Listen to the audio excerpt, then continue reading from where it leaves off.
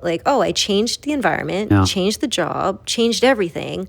I never met anyone like it. You could hack anybody's phone in a matter of minutes. Who is that guy? Who can do that? Alice is the most interesting man in the world. He's one of my favorite people on the planet. Inventor. Wicked smart. The master of cutting corners. If you had a dead body in your trunk, who would you call? He would get arrested immediately in a lineup. I stood in line to get his autograph. You know, his mouth can barely keep up to his brain. I don't actually know what Pablos does. A hacker magician. Man of the future. Future.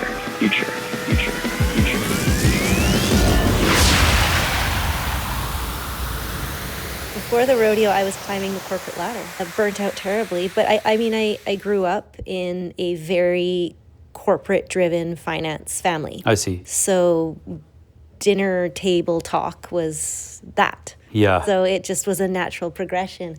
Do you feel like you were pushed into it, or was it just the only thing you were exposed to, and so it seemed like the thing to do, or what? I think it was a bit of both. I mean, it was a natural transition. I mean, I started working at my parents' office when I was 14 or 15. That's good, though. Yeah, you start with putting away the files and taking out the garbage and that. And do you think that exposure made you fluent and competent and comfortable with finance in a way, or was it just... No, it taught me how to work hard. Yeah, okay. It also, my parents weren't my parents in the office. Mm-hmm. Yeah. And that was very clear. And so oh, good. At first it was a little hard to swallow because you're like, oh, I want the special treatment. Yeah. Right. Oh, this is giving me some good ideas. Parenting. But it actually taught me a lot in terms of, no, you work hard to then be rewarded. There is that extrinsic motivation piece too. Yeah. Intrinsic motivation is very important, obviously, but I learned about the extrinsic piece as well. Do you think your parents had the same relationship with corporate finance related jobs that you did? I mean, did they have an interest in it, or did they not ever think about whether it was interesting? It was their job, or I don't know. How was their relationship with it? They lived, breathed, ate it. I mean, even my brothers to this day are both involved. Do you think they actually like it, or do they just not look for their horizons are, very limited, and they don't look elsewhere for things, or they don't look for the satisfaction in work that you do? Yeah, my mom for sure loves it. Okay. Still to this day. Okay. My stepfather, who has passed, I think he really enjoyed making the money. Mm-hmm. He loved the industry until the industry started to have too many rules. Yeah. And then he retired at 50. Yeah. So he like it and love it the same way my mom did. Yeah. And which is really interesting because I was always viewed as, the black sheep of the family. Yeah. And so I think, to answer your initial question, I wasn't pushed into it, but it was the easier thing. Mm-hmm. Sure. It was just kind of there. Yeah. And easy and accessible and lucrative, and you had, guides for getting into it and that kind of thing. Yeah. There's a kind of developmental process for industries, and I remember my dad, he was in the oil industry. I grew up in Alaska, which is 100% oil. I mean, everything in Alaska is oil, one way or another. And so I remember him being so proud. He loved doing it and the people he worked with, and he had a lot of respect for even the CEO and the executives of the company. These were guys who helped build the company and build the industry. And then, 20 years into his career, they started hiring these professional managers, people who'd never worked in the industry but had fancy degrees, and these people fucked everything up. And he had no respect for them. They didn't know what they were doing. They didn't make good decisions. They didn't learn about why things were the way they were.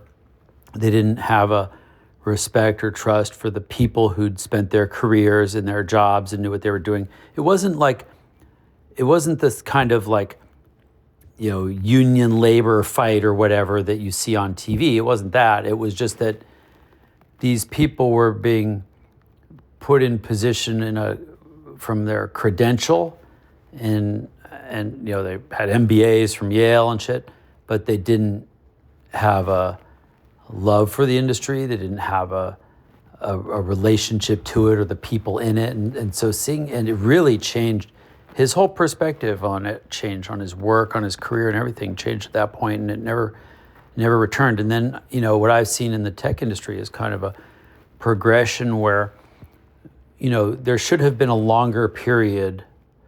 In most industries, you might have had a period of decades like that, but the tech industry got so lucrative so fast that it attracted all these opportunists and this middle manager class, and they were also, they felt, I think, insecure in a way and wanted to act like a big company and act like a big grown-up company and get the respect that, I don't know, Ford and General Electric had or something, things like that. Mm-hmm. And so they would hire these kinds of people, and so you end up with, the big tech companies have all these layers of middle management, all kinds of bullshit that really shouldn't have developed so early in the industry. But unfortunately, I think it really hurt the tech industry.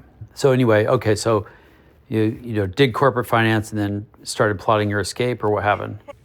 Well, I certainly wanted to strive towards some sort of sense of security and some sort of career, pretty normal, but I never really knew what that was. Like, I never felt that deep connection to it. Obviously, if I felt the way about finance that I feel the way I do now about applied neuroscience and AUTONOMIC, the company that we're building, I would have done really well.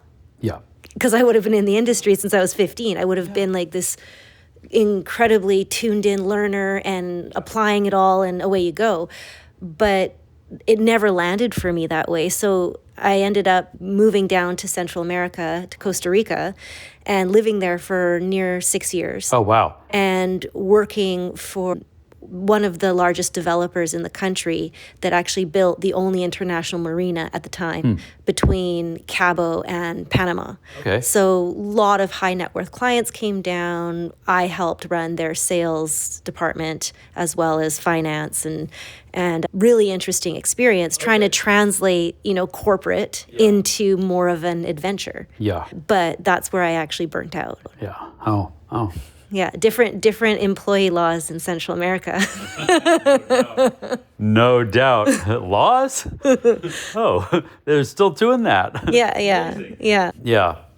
Wow. Okay. So anyway, you tried what you thought was a rational escape plan from finance, ended up like halfway out. Yeah. And then, but yeah, I mean, look, I think a lot of people just, it makes so much sense to go for the most, the most successful industry you can get into, the most lucrative job you can get into, the thing where you have connections, the thing the thing that looks like the safest route. But man, I see so many people wasting away because their motivation was that safety, and it wasn't.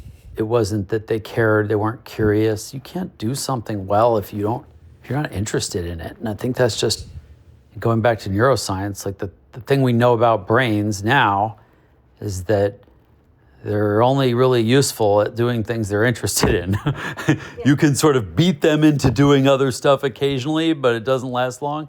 And so I think the people who are most successful at life are like ones who find a way to only be doing things they're interested in. And it can come, you can trick yourself into being interested in things. That's a really important life skill, and sometimes money is a way to do that. I'm really interested in this thing because there's a paycheck at the end of it. Yeah. That can work, but I think there's not even like a name for this, but like somehow like one of the important life skills to learn is like, how do you make sure that you're either doing things you're interested in or you're getting interested in the things you're doing. You have to be able to do some of both to really thrive, I think. Yeah, I mean, like the word you used was curiosity. I think that is such a powerful driver towards anything. Yeah. Like, because you approach it with a desire to learn versus an expectation of an outcome or a position of, I know. Yeah. And that ends up opening up such an interesting journey. Right. Or stumbling path, whatever it is. And which it always is anyway. Yeah. What's the okay, so what did you have to like phone home and be like, Mom, can I come back home, Costa Rica, kick my ass, or what? Like they're gonna tie me to a brick and drop me in the marina. Like, what's the what happened? No, so I was actually really fortunate to. So I'm very close with my family. I was very fortunate to have them eventually, be spending more time in Costa Rica as well. Yeah. They ended up getting a place close by, and so I didn't see them as much, but I certainly would see them a couple times a year. But I actually burnt out terribly down there. Oh. Our office was open, 7 days a week. We had 2 official days off on the books, Christmas Day, New Year's Day. And other than that, it's like, hey, like every day. There's 3 people running this entire office. Yeah. And one of them is, living with the head developer. So there's 2 people over periods of time or whatever it may be. Working 996. Yeah, and we're doing huge transactions. Like we have people flying down in their private jets to their $15-20 million yachts to their, and so we were doing big business with a very, small and mighty team. Yeah. But, I didn't have any tools or awareness of what that meant to actually be held at that level for years. Yeah. And I burnt out really bad. I had a bout of self-harm, which I'd never experienced before. Wow. And that experience was actually the catalyst that completely redirected my entire career and focus, because it was this moment of, whoa, I'm really messed up. Yeah. And then the curiosity came in. Were you the one to like recognize it, or did other people have to kind of? No, I was. Yeah. No, I hit it. It was a very short bout, but I hit it. But it was actually that moment of, whoa, this is totally left field. Yeah.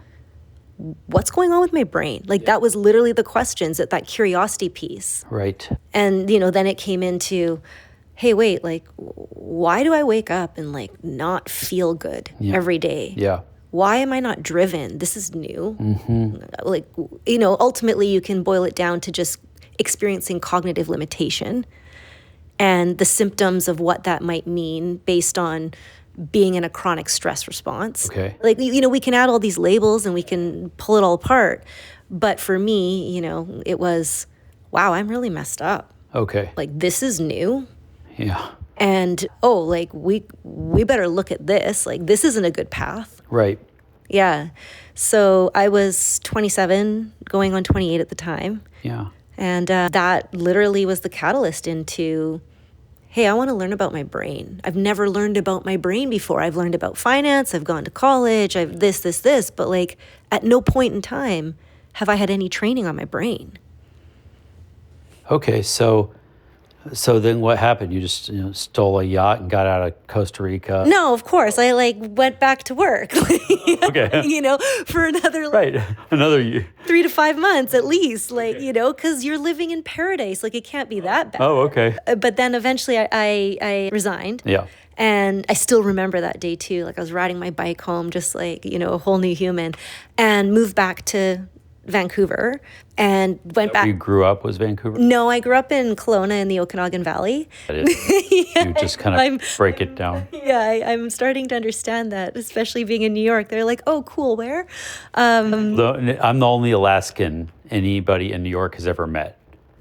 Yeah. I've never met somebody that's grown up in Alaska either, and Alaska's closer right. to me, technically. Yeah, no, there aren't very many of them. So about 4 hours, let's call it east inland from Vancouver. Okay, got it. Yeah, beautiful area. But so I moved to Vancouver, and worked on myself a little bit, skipped over something. So of course I like went and took like a yoga teacher training in Costa Rica, because that's, that's going to fix things. It's the major industry there, isn't it? Yeah, totally. For all of us people that are burnt out, like just, go take White people go. Yeah, totally. Training. Go pay thousands of dollars and, Pottery classes too, or is it just no, just all yoga. all the time? Yeah, so I did that and then moved back to Vancouver and got right back into the finance industry. Okay. So you didn't realize the problem was your relationship to finance. You just thought it was Costa Rica was the problem, or what was the weekends? I thought, hey, I can work on the other end, so why don't I work for a mutual fund company? Yeah, yoga and mutual fund. Right. Hand in hand. Right. It's like peanut butter and jelly. I mean, I think people doing yoga probably should smoke cigarettes at the same time. And you need balance through extremes. Of course. It's called a holistic cigarette, by the way, if you have a smoke after yoga class. Oh, okay, got it. I wasn't aware. It was a ritual, ancient. As long as you put the name holistic on it, it's fine. But yeah, so I worked for this mutual fund company, and it was actually pretty great. Like, they allowed me to work from home. Yeah. And I thought, okay, like this is more balance. And so I started doing that, but what was interesting is as the demand began to increase, the immediate triggers and sort of stress response system was right there. Wow. And I thought, oh, this is weird, because it's like, 7 months ago, I left that, what I considered a challenging, toxic environment, what have you, literally moved 5 countries away. But that was the thing that really fascinated me. Like, oh, I changed the environment, changed the job, changed everything. I'm, now taking care of myself a little bit more. And those patterns were still right there. Yeah. Unfortunately, the one ingredient that has the problem is still in the mix. Yeah. Okay. Okay, cool. So what happened with mutual fund? You got... Well, eventually I decided, okay, like this isn't the best. Even though, my boss and everybody was great, but it was, again, just ultimately, if we think about burnout, and there's a great image online. I don't know if you've seen it, but it kind of gives you the idea of what burnout's like, and it's a match, and then the match like burns down slowly over time. And a lot of people think burnout just happens. Yeah. But ultimately what it is a restructuring and reshaping of the brain. Okay. And a reconditioning of the nervous system. And so that doesn't just happen. Like, yes, of course, we can have acute responses to things. Yeah. But when somebody's really going through a chronic stress experience, that takes time. Yeah. And so the thing that we don't realize is it takes time to come back from that too. Yeah, and that there must be some positive version of that, that change process. Yeah. Okay. Yeah, but so it was becoming very apparent to me, I'm still not that great. That's unfortunate, because I thought I lined all the ducks up. Yeah. For this not to be this way, but this is still this way. Yeah. So then that's what really threw me into initially self-directed study. I read just, tons and tons of papers, primarily on how the brain operates under constant demand and fatigue. Oh. Because that to me represented the corporate finance environment. Oh, okay. Like if you, hey, right. If you want to distill it down, it's like a constant demand and fatiguing environment. But your mom wouldn't describe it that way. She'd describe it as maybe constant demand, but not fatigue, because she likes it. She's interested in it. Yeah. She's into it. Yeah. I would agree with you. So it doesn't cause her fatigue probably, or certainly not this. She wouldn't characterize her job as stress. Yeah. I mean, maybe when she was building her book of business. Okay. I think that you would probably get that response. Maybe. I mean, I don't know. You would assume that, because our view is that, like, it's a lot of hard work. It must have been stressful. But if you like it and you're optimistic about it and you can see that you're making progress, and I don't know, you could be stressed out about, like, am I going to close this client? Of course, that's like stress, but you wouldn't probably call that chronic stress, right? No, and I guess like really what you're talking about is intrinsic motivation, because when you are highly emotionally attached to an outcome, so we'll use the example of my mom, who's like really loves what she's doing. Yeah.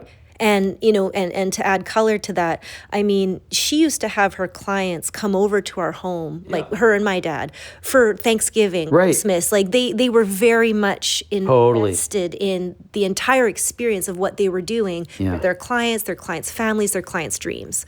So real intrinsic motivation. So when we have intrinsic motivation and you're highly emotionally attached to a goal or an outcome, the brain actually downgrades the severity of what it takes to reach that goal. So what I view, like I always like to use the example of you and I are both standing at the base of the mountain. Yeah. You want to get to the top because it's something you wanted to do. You want to spread some ashes. You want to put a flag. It's something really important to you. I'm there because I'm your friend. Yeah, right. So you look at the mountain, you're like, oh, let's go. This is so great. Yeah. And I look at it and I'm like, this is Everest, and holy crap, when are we going to be done? Why do I have to do? Yeah, I get it. That's a great analogy. So, and actually, it's funny thinking about like a lot of my early startups were entirely people who I coerced into doing it with me, who had no actual interest in computers or whatever we were doing. You know, they were just my friends, and so they didn't have anything better to do. So they were like, all right, I'll go with Pablo's crazy plan. Climb his Everest with him. In the long run, yeah. I mean, I look back, I'm like, what were those people doing with me? They completely were the wrong people, you know. But I didn't have anyone around who was as into it as I was. But yeah. So I mean, you know, quickly to fast forward the journey to where we are now. Yeah. Really got into wanting to understand how the brain operates under constant demand fatigue. Became very apparent and obvious. Oh, interesting. This doesn't just apply to me. Yeah. This actually can be applied across all nervous systems. Right. You know, of course, we have, you know, differentiators in how the brain functions, and, you know, that's for other specialists. But generally, we all share the same design when it comes to how the brain operates under constant demand and fatigue. And so that became really interesting to me, because I thought, oh, wait, you know, why aren't we learning this? And this could be applied to everyone, and this could be really useful for everyone. So I ended up getting involved in research, and then meeting some phenomenal neuroscientists, and was going to go back to school, and then got encouraged not to go back to school and start a business. Okay. And so at first I was like, okay, I don't know, like I'm kind of really interested in learning this stuff. Yeah. And at the time, like, I mean, right now people are talking more about brain health and stress, and like it's, you know, we're inundated with solutions now, and pills we can pop, and nootropics and all this, yay, right? Okay. But at the time when I was getting into it, you know, it was still very sort of taboo to talk about work stressing you out, right? Because it was a sign of weakness or I ineffectiveness. Nothing I love more than chewing people out for being a wussy at work. You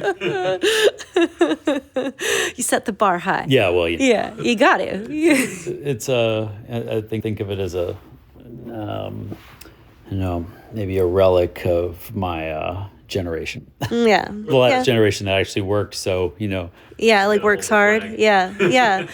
And so anyways, I thought, okay, well, maybe what I could do initially is build this like very neuroscience-based executive training program. Because remember, my entire life experience in the workforce is in the corporate landscape. So I thought, oh, this would be great in the finance world. Sure.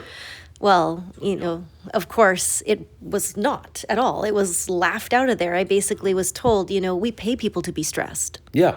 And if they can't handle it, there's 10 other people behind them that can. Yeah. So, like, why would we allocate any budget to this? So, like, how close did you get to, like, this conversation? I mean, did this really happen? For sure this is happening. Yeah, so you went in and said, like, hey, I can help your people be less stressed. And great presentation, because also I knew my target audience too. Like, nobody wants to talk about self-care and awareness, important things. Like, they want to know the science behind the why. Okay. And so that was, you know, a foundation of this entire training. But could you pitch it as, like, hey, your employees suck because they're stressed out and don't know how to handle the stress, we can help teach them how to handle the stress so they don't suck as bad. I mean, it seems like if you frame the pitch in a way that where nobody has to admit to being a wuss, then you could possibly get in there. I don't know, work or a wrong idea. No, I think you're bang on. My pitching has become Right. Okay. the craft has become better. But even still, like, I mean, we're talking, almost 10 years ago now. Yeah. So it just wasn't. Get it. Yeah. Okay. It wasn't landing, but it actually started to get really some great traction in the tech industry back in BC. Oh. And so started deploying the training there and making it, repeatable. And then because we were working with SaaS companies, we had people saying, listen, like, this is really great. They would buy it for their executive teams or leadership teams. And we were using like Google Forms and like just super glue and popsicle sticks as this sort of version of delivering information, iterating, customizing, getting feedback, blah, blah, blah. All right. And then I remember clearly, like, this one founder said to me, you should really consider turning this into SaaS. Yeah. And I was like, what's SaaS? Yeah. Like, no clue, right? And I started to look into it, and I was like, well, I don't know, because is some of the success that you have a human coming in to work with you? Right. There's that accountability piece. Yeah, good thing to explore and understand before you go building apps. Right. Yeah. And so then we started, okay, well, if we're going to look at this, we did a bunch of research around it. We started to continue to like slowly interject more and more tech and screen, if you will, placing the screen in between things. Okay. So reducing the amount of time that somebody would have interaction in real time and making it asynchronous. Yeah. Where the breakthrough happened was, we were really starting to push out this sort of MVP thing. And somebody in New York, actually, a client in New York who was using it, I had just forgot to check in on him. I was so busy running around with all these other clients, and it was like 3 weeks. Okay. And I got this email. I remember seeing his name, and I was like, oh my crap. Like, I've dropped the ball. Yeah. And I open it up, and he's like, this is amazing. Oh. I love the awareness this is building, and I'm like... He kept going. No supervision. Nothing. Yeah. And I remember that's when we made the decision. Yeah, I mean, if you leave me alone at home with a box of bonbons, I'll send you the same email. Okay, but no, so the thing was actually, something that he could continue to go on a self-directed basis, and he found value in it.